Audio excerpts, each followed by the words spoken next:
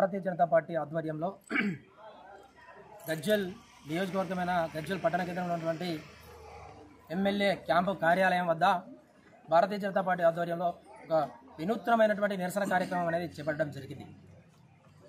దీని యొక్క ముఖ్య ఉద్దేశం తెలంగాణ రాష్ట్రం నీళ్లు, నిధులు, నియామకాలు అనేటువంటి ఒకే ఒక నినాదంతో ఇలా తెలంగాణ రాష్ట్రాన్ని మనం సాధించుకోవడం జరిగింది.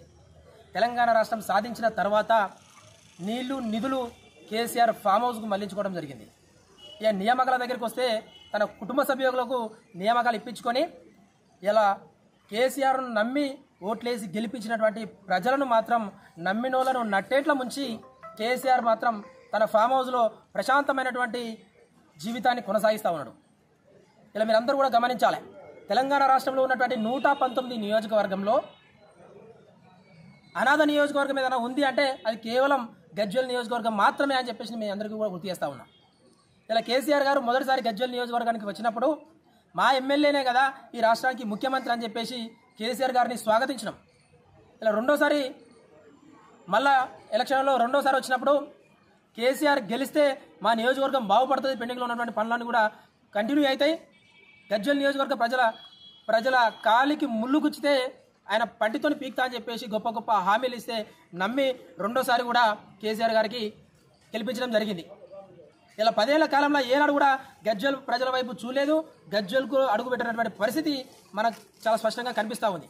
అదేవిధంగా ముచ్చటగా మూడోసారి అన్న ఆయన గెలిస్తే ఇలా ఖచ్చితంగా మాట్లాడాడు. మూడోసారి బీఆర్ఎస్ పార్టీ నాయకులను ఆయన తన దగ్గర పిలిపించుకొని మాట్లాడాడు. నేను 2 సార్లు నేను రాలేకపోయినా ఈసారి అవకాశం ఇస్తే ఖచ్చితంగా నేను గజ్వెల్ ప్రజలకు నెలకొకసారి గజ్వెల్కి వస్తా, గజ్వెల్లోనే ఉంటా, గజ్వెల్ ప్రజలకు ఖచ్చితంగా మంచిలో చెడులోనే ఖచ్చితంగా మీ దగ్గర ఉంటా అని చెప్పేసి మాయ మాటలతోటి మూడోసారి కూడా కేసీఆర్ గారు నమ్మించి గజ్వెల్ ప్రజలతోటి ఓట్లు వేయించుకోవడం జరిగింది. మరి నేను అడుగుతా ఉన్నా, కేసీఆర్ గారు నెలకొక రోజు నువ్వు గజ్వెల్కి వస్తా అని చెప్పేసి మాట్లాడినావు కదా, నువ్వు మూడోసారి గెలిచి కూడా ఇప్పటికి 15 నెలలు కావస్తా ఉంది. 15 నెలలలో ఏ ఒక్కనాడు కూడా నువ్వు గజ్వెల్ వైపు తిరిగి చూసినవా అని చెప్పేసి నేను అడుగుతా ఉన్నా. ఇలా మా గజ్వెల్ ప్రజలు వేసినటువంటి ఓట్లతోటి, ఇలా మేము కట్టేటువంటి పన్నులతోటి నువ్వు ప్రతి నెల 4 లక్షల రూపాయల జీతం తీసుకొని ఇలా మా గజ్వెల్ ప్రజలు మాత్రం పట్టించుకున్నటువంటి పరిస్థితి. నీకు తిండైనా నీకు ఏ రకంగా పేన పడుతుందో అని చెప్పేసి నేను మిమ్మల్ని క్వశ్చన్ చేస్తా ఉన్నా. ఇలా ఖచ్చితంగా కేసీఆర్ నువ్వు రాజీనామా చెయ్యాలి. నువ్వు గజ్వెల్ ప్రజల దగ్గరికి రావు, గజ్వెల్లో జరుగుతున్నటువంటి సమస్యల గురించి పట్టించుకోవు, గజ్వెల్ ప్రజల గొంతుగై నువ్వు అసెంబ్లీలో కూడా మాట్లాడేటువంటి పరిస్థితి లేదు. ఇలా అలాంటప్పుడు నీతోటి మాకు ఏం ఉపయోగం అని చెప్పేసి నేను అడుగుతా ఉన్నా. ఖచ్చితంగా నువ్వు రాజీనామా చేయాల్సిందే.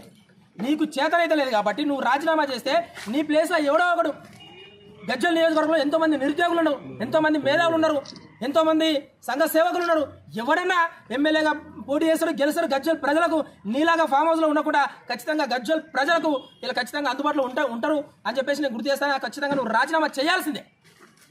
ఇలా నేను అడుగుతా ఉన్నా, నువ్వు గజ్వెల్కి జీతగానివే, ఖచ్చితంగా నువ్వు జీతగానికి నెలకు 4 లక్షలు ఇచ్చి నేను పెట్టుకున్నావు కాబట్టి నువ్వు మాకు పని చేయనప్పుడు నువ్వు ఖచ్చితంగా రిజైన్ చేయాల్సిందే. మేము తీసుకున్నటువంటి నిర్ణయం ఏదైతే ఉందో, మేము తీసుకున్నటువంటి ఇలా ప్రోగ్రామ్ ఏదైతే ఉందో ఖచ్చితంగా తెలంగాణ రాష్ట్రంలో ఉన్నటువంటి ప్రతి ఒక్క ఎమ్మెల్యే ఖచ్చితంగా గుర్తుంచుకోవాల్సినటువంటి విషయం. ఇలా ఒక పాలేరు పని చేయకపోతే వాడిని 4 రోజులలో మనం పల్లెకించి తీసేస్తాం. అదేవిధంగా ఏ నియోజకవర్గంలోనైనా ఇక గజ్వెల్తో సహా ఏ నియోజకవర్గంలోనైనా ఏ ఎమ్మెల్యే పని చేయకపోయినా, ఏ ఎమ్మెల్యే వాళ్ళ సొంత నియోజకవర్గంలో తిరగకపోయినా, ఏ నియోజకవర్గంలో ప్రజలను పట్టించుకొని ఎవరైనా ఎమ్మెల్యే ఉంటే ఖచ్చితంగా నువ్వు రాజీనామా చేయాల్సిందే. ఖచ్చితంగా నేను ప్రభుత్వం ఖచ్చితంగా నేను బర్తరఫ్ చేసి వాళ్ళ ప్లేస్లో ఉప ఎన్నికలు పెట్టి ఖచ్చితంగా వేరే ఎమ్మెల్యేని ఎన్నుకోవాలని చెప్పేసి నేను గుర్తు చేస్తా ఉన్నా. ఖచ్చితంగా కేసీఆర్ ఇలా గజ్వెల్ ప్రజలు ఇలా బాధపడుతూ ఉన్నారు.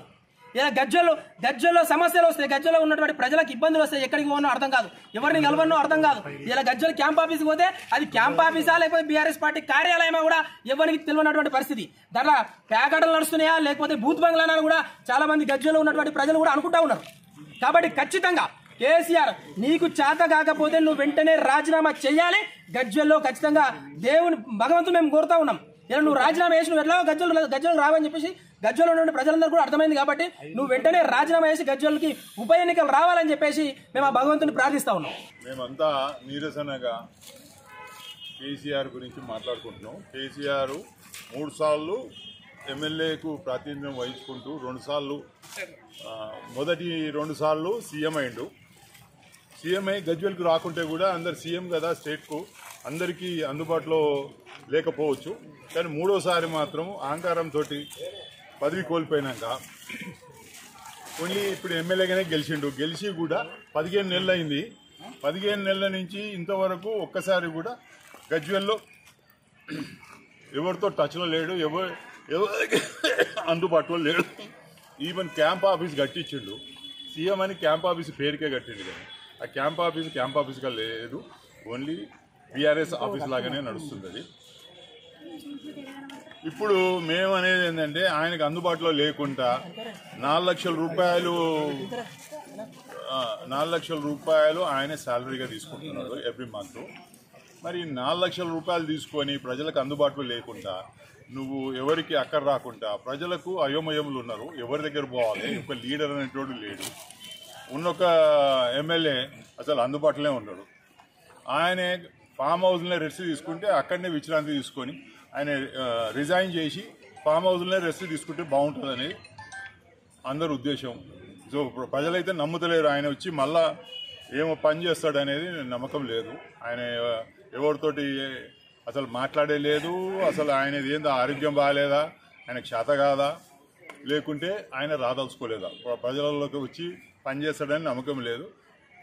అందుకే ఆయన రిజైన్ చేసి వేరే వాళ్ళకి కొత్త వాళ్ళకి అవకాశం ఇస్తే కొత్త వాళ్ళు వస్తే పనిచేసే వాళ్ళు ఉంటారు. ఆ ప్రజలకు అందుబాటులో ఉంటారు.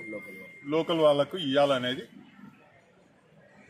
అవకాశం ఇస్తే ఈ కేసీఆర్ కనీసం ఆయన అసలు ఎవరికి క్షమాపణ చెప్పవలసిన అవసరం కూడా లేదు. ఆయన క్షమాపణ చెప్తారని కూడా నమ్మకం లేదు. మొత్తానికైతే కేసీఆర్ ఈ ఇప్పుడు ప్రజలు అడిగే క్వశ్చన్లకు జవాబు ఇచ్చే పరిస్థితుల్లో లేనప్పుడు ఆయన రిజైన్ చేయడమే మంచిది. సో కొత్త వాళ్ళకి అవకాశం వస్తుంది. సేమ్ టైం ఏమైందంటే ఇప్పుడు ఫామ్ హౌస్లోనే ఉండి ఫామ్ హౌస్ తోటే పరిమితమై ఉన్న మనిషి ఆయన ఎమ్మెల్యేగా చేయలేడని అందరూ డిసైడ్ అయిపోయారు. సో ఈసారి మాత్రం ఆయన రిజైన్ చేయడమే మంచిదని అనుకుంటున్నాను.